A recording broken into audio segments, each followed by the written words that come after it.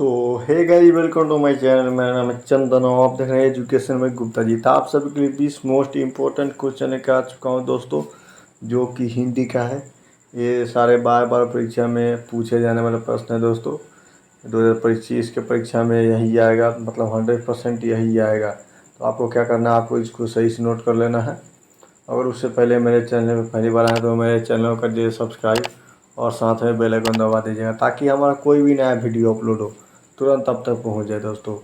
तो चलिए बिना समय का वीडियो का स्टार्ट करते हैं।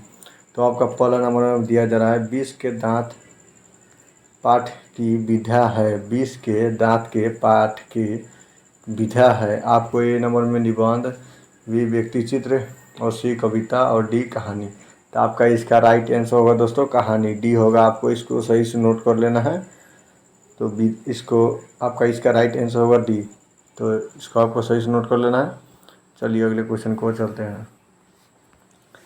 दूसरे नंबर में आपको दिया जा रहा है सेन साहब की कार की कीमत कितनी थी दोस्तों। सेन साहब की जो कार थी उसकी कीमत कितनी थी। एक ए नंबर में आपको दिया 7,500, बी 8,500 और सी 9,500 और डी 7,50,000। तो आपका इसका राइट आंसर होगा दोस्तों 7,500 था दोस्तों। आपको इसको सही से नोट कर लेना है। ए नंबर होगा सेन साहब की जो कार की कीमत थी दोस्तों वो 7,500 की थी। आपको इसको सही से नोट कर लेना है। चलिए अगले क्वेश्चन को चलते हैं। नलिन विलोचन शर्मा का जन्म कब हुआ था। नलिन विलोचन शर्मा का जन्म कब हुआ था। ए नंबर में 14 जनवरी 1915, बी में 18 फरवरी 1916 और सी 22 मार्च 1917 और डी 24 अप्रैल 1918। तो आपका इसका राइट आंसर होगा दोस्तों 18 फरवरी 1916 होगा, बी नंबर। इसको आपको सही से नोट कर लेना है।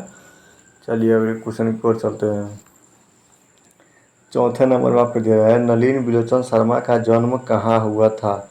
नलिन विलोचन शर्मा का जो जन्म वो कहाँ हुआ था। ये नंबर में गांधी सेतु घाट पर पटना, बी कृष्ण घाट पटना और सी बाघट घाट पटना और डी रानी घाट पटना। तो आपका इसका राइट आंसर होगा दोस्तों बाघाट पटना होगा दोस्तों, सी नंबर। आपको इसको सही से नोट कर लेना है। चलिए अगले क्वेश्चन को चलते हैं। तो आपको 5 नंबर में दिया जा रहा है नलिन विलोचन शर्मा के पिता का नाम क्या था। ए नंबर पंडित राम अवतार शर्मा, बी पंडित कृष्ण अवतार शर्मा और सी पंडित मृत्युजय शर्मा और डी पंडित दशावत शर्मा। तो आपका इसका राइट आंसर होगा दोस्तों ए होगा। आपको इसको सही से नोट कर लेना है, पंडित राम अवतार शर्मा होगा। चलिए अगले क्वेश्चन को चलते हैं। छठे नंबर आपको दिया जा रहा है नलिन विलोचन शर्मा के माता जी का नाम क्या था। जो नलिन विलोचन शर्मा थे उनका माता जी का नाम क्या था। ये नंबर में भागवती शर्मा और बी कलावती शर्मा और सी रनावती शर्मा और डी इंद्रावती शर्मा। तो आपका इसका राइट आंसर होगा दोस्तों रत्नावती शर्मा होगा। आपको इसको सही से नोट कर लेना है, सी नंबर होगा। चलिए अगले क्वेश्चन की ओर चलते हैं दोस्तों। 7 नंबर आपको दे रहा है दृष्टिकोण किसकी रचना है। दृष्टिकोण किसकी रचना है। ए नंबर में अवतार शर्मा, बी नलिन विलोचन शर्मा और सी मोहन राकेश और डी प्रेमचंद्र। तो आपका इसका राइट आंसर होगा दोस्तों बी नलिन विलोचन शर्मा होगा। दृष्टिकोण की रचनाकार नलिन विलोचन शर्मा है। आपको इसको सही से नोट कर लेना है। चलिए अगले क्वेश्चन को चलते हैं। तो आपको 8 नंबर में दिया जा रहा है लड़कियाँ क्या है कठपुतलियाँ है, किसे इस बात पर गर्व है। दोस्तों आपको ऑप्शन दिया जा रहा है। ए नंबर में भाई बहन को, बी चाचा चाची और सी मामा मामी को और डी माता पिता को। तो आपका इसका राइट आंसर होगा दोस्तों डी होगा, माता पिता को गर्व था दोस्तों। आपको इसको सही से नोट कर लेना है, डी आंसर होगा आपको। चलिए अगले क्वेश्चन को चलते हैं।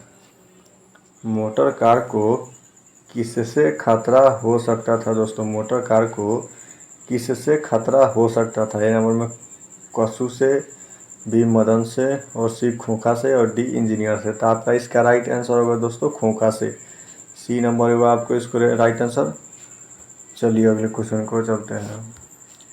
10 नंबर आपको दिया है सेन साहब की आंखों का तारा क्या था। सेन साहब का आंखों का तारा क्या था। ए नंबर में कार, बी खोखा और सी खोखी और डी उपयुक्त सभी। तो आपका इसका राइट आंसर होगा दोस्तों बी, खोखा होगा। इसको आपको सही से नोट कर लेना है। चलिए अगले क्वेश्चन की ओर चलते हैं। 11 नंबर आपको दिया रहा है, खोखा के दांत किसने तोड़े थे दोस्तों? खोखा के दांत किसने तोड़े थे? ए नंबर में मदन ने, बी मदन के दोस्त ने, और सी सेन साहब ने, और डी गिरधर लाल ने। तो आपको राइट आंसर होगा दोस्तों ए, मदन ने। मदन ने खोखा के दांत तोड़े थे दोस्तों। जो लड़ाई हुआ था उसी में मदन ने खोखे के दांत तोड़ डाले थे दोस्तों। आपको इसको सही से नोट कर लेना है। चलिए अगले क्वेश्चन को चलते हैं।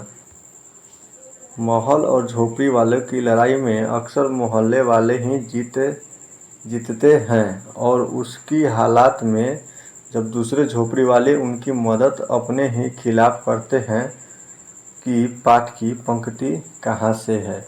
तो आपका ऑप्शन दिया जा रहा है नंबर बहादुर, और बी शिक्षा और संस्कृति, और सी मछली, और डी विष के दांत। तो आपका इसका राइट आंसर होगा दोस्तों डी, विष के दांत होगा। इसको आपको सही से नोट कर लेना है।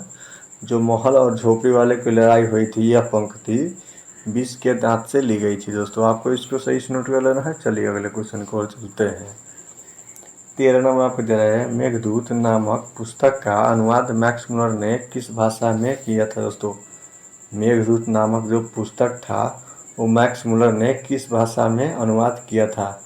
ए नंबर में ग्रीक भाषा में, और बी लैटिन भाषा में, और डी हिंदी भाषा में, और डी जर्मन भाषा में। तो आपका इसका राइट आंसर होगा दोस्तों डी, जर्मन भाषा होगा दोस्तों।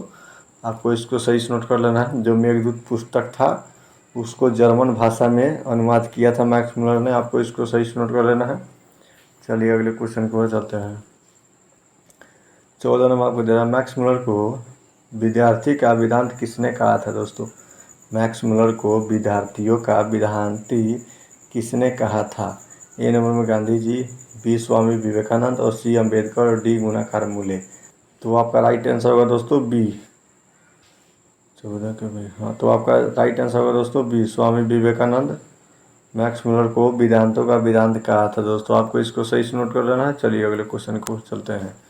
15 नंबर में आपको दिया है, संस्कृत भाषा और यूरोपियन भाषा का तुलनात्मक व्याख्यान किसने दिया था दोस्तों? ए मैक्स मुलर ने, बी ने गुणाकार मूल्य ने, और सी नलिन विलोचन शर्मा, और डी अमक रत्नाकर ने। तो आपका इसका राइट आंसर होगा दोस्तों मैक्स मुलर। मैक्स मुलर ने संस्कृत भाषा यूरोपियन भाषा का तुलनात्मक व्याख्यान दिया था दोस्तों। मैक्स मुलर ने, ये होगा आपका इसका राइट आंसर। चलिए अगले क्वेश्चन को चलते हैं। 16 नंबर आपको दे रहा है, महारानी विक्टोरिया ने किसको साइड की उपाधि दी थी दोस्तों? महारानी विक्टोरिया ने किसको साइड की उपाधि प्रदान की थी दोस्तों? ए मैक्स मुलर को, और सी अमरकांत को, और सी बिरजू महाराज को, और डी अशोक वाजपेयी। तो आपका इसका राइट आंसर होगा दोस्तों ए, मैक्स मुलर को दी थी दोस्तों। इसे नोट कर लेना है। चलिए अगले क्वेश्चन को चलते हैं।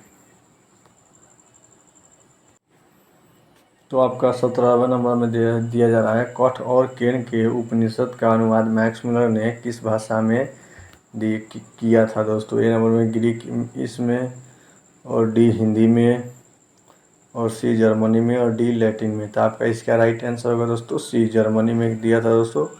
आपको इसको सही से नोट कर लेना है। चलिए अगले क्वेश्चन को चलते हैं। 18वें नंबर आपको दिया रहा है, लिप्सिंग विश्वविद्यालय में मैक्स मुलर ने किस भाषा का अध्ययन किया था? लिप्सिंग विश्वविद्यालय में मैक्स मुलर ने किस भाषा का अध्ययन किया था? ए नंबर में हिंदी का, बी जर्मन का, और सी संस्कृत का, और डी उर्दू का। तो आपका इसका राइट आंसर होगा दोस्तों सी, संस्कृत का अनुवाद किया था दोस्तों। आपको इसको सही से नोट कर लेना है। चलिए अगले क्वेश्चन को चलते हैं। 19 नंबर आपको दिया रहा है, इग्निस किस भाषा का शब्द है? इग्निस किस भाषा का शब्द है? ए नंबर संस्कृत, बी अंग्रेजी, और डी लैटिन, और डी ग्रीन। तो आपका इसका राइट आंसर होगा दोस्तों सी होगा, लैटिन होगा। आपको इसको सही से नोट कर लेना है। चलिए अगले क्वेश्चन को चलते हैं। 20 नंबर आपको दिया, जनरल खनिज संगम का संबंध किससे था? जनरल खनिज संगम का संबंध किससे था? ए नंबर वैष्णवपति विज्ञान से, और बी में भूविज्ञान से, और सी पुरातत्व से, और डी मनोविज्ञान से। तो आपका इसका राइट आंसर होगा दोस्तों सी, पुरातत्व से संबंधित था खनिज संबंध। आपको इसको सही से नोट कर लेना है। उम्मीद करता हूँ कि ये वीडियो आप लोगों के लिए अच्छा लगा हो, और अच्छा लगा हो तो वीडियो कर दीजिए लाइक और चैनल को कर दीजिए सब्सक्राइब, ताकि हमारा कोई भी नया वीडियो अपलोड हो दोस्तों तुरंत आप तक पहुंच जाए।